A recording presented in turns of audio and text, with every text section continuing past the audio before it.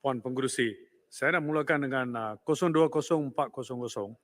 Sejak kehilangan kapal kargo pada 1 hari bulan Januari 2023, apakah langkah yang telah diambil oleh pihak kementerian untuk mengesan kapal Dai Chat 06? Apakah pihak kementerian memantau semua pergerakan kapal yang keluar masuk perairan melalui AIS satelit? Setiap kali kapal masuk ke perairan Malaysia, adakah kapal tersebut akan menghubungi kementerian melalui MF HF radio? Berapa stesen BTS, Vessel Tracking Station, yang dimiliki oleh kementerian di seluruh perairan Malaysia? Apakah pihak kementerian memantau, bantu kepakaran, mendapat pakaran dari Amerika, CIA dan sebagainya untuk mengesan mana kapal tersebut dan termasuk 3 rakyat Malaysia yang masih hilang sejak 1 Januari 2023. Apakah kapal itu boleh dikesan melalui surveillance satelit? Adakah keluarga kapal tersebut telah disiasat? Dan ikutan video terakhir yang dihantar oleh Chief Officer, nampaknya macam orang di dalam kapal tersebut yang melakukan sesuatu yang tidak diingini. Dan juga kalau ikut kepakaran ke jurutera elektronik, tak mungkin peralatan navigasi dan komunikasi boleh gagal sekaligus.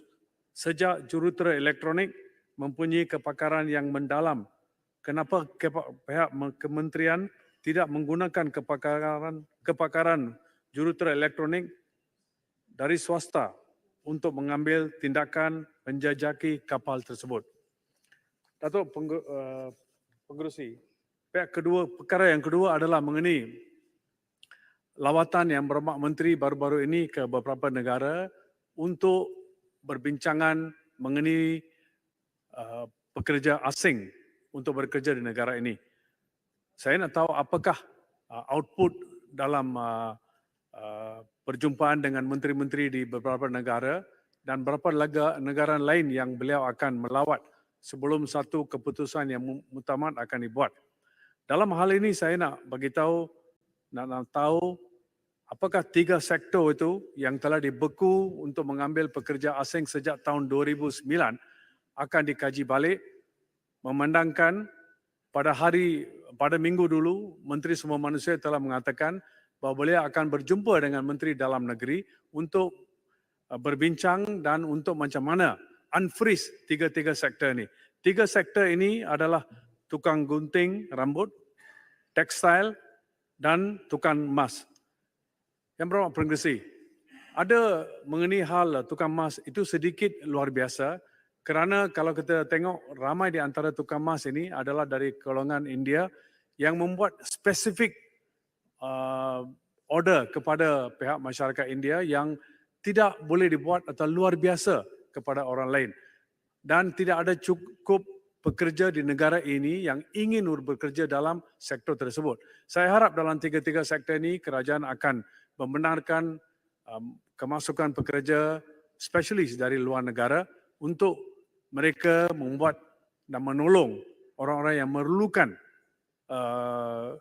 specialty ini. Dalam tukang emas ini, Datuk Pengerusi, bila seorang masyarakat dalam masyarakat India berkahwin, perempuan itu perlu pakai tali. Itu sedikit beza dari lain-lain bangsa. Tali itu dibuat dari emas dan ini adalah gambar-gambar tokong di sana. Dia, saya rasa pada pengetahuan saya, sangat luar biasa untuk orang-orang Malaysia yang boleh ada training dan sebagainya untuk membuat sedemikian. Mereka memerlukan pekerja dari negara asing. Saya harap kelonggaran sedikit memberi kepada pekerja-pekerja ini. Pembekuan pekerja-pekerja ini telah bermula sejak tahun 2009 dan beberapa kali patut dikaji masa Pakatan Harapan kita dalam proses untuk mengiktiraf ini, tetapi kerajaan telah hilang majoriti pada tahun 2020. Lagi satu adalah Balai Polis, di mana sejak beberapa dekad ini kerajaan selalu membina Balai Polis baru. Saya nak tahu bilakah Balai Polis baru yang patut dibina di Ipoh akan jadi. Dan lagi satu adalah perumahan kepada pegawai-pegawai polis. Sebenarnya dari dulu, dari 57 hingga 67 atau 20 tahun lepas tu, semua perumahan tidak dibina banyak kepada pihak-pihak anggota polis kerana anggota polis patut duduk dan tinggal di tempat-tempat kawasan orang ramai supaya mereka dapat tahu apakah kejadian yang terkini di dalam taman-taman tersebut. Tetapi kebelakangan ini, dah 20 tahun, semua pegawai-pegawai polis ditempatkan di tempat di mana balai polis ada.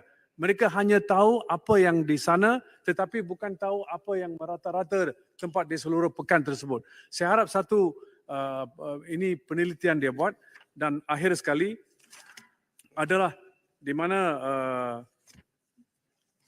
IC menjadi hal yang besar di negara ini. Ramai di antara anak-anak kita bila anak angkat pun dibuat tetapi dapat perintah mahkamah tetapi kewarganegaraan diragui oleh kementerian dan anak-anak itu diberi dikatakan bukan warga negara.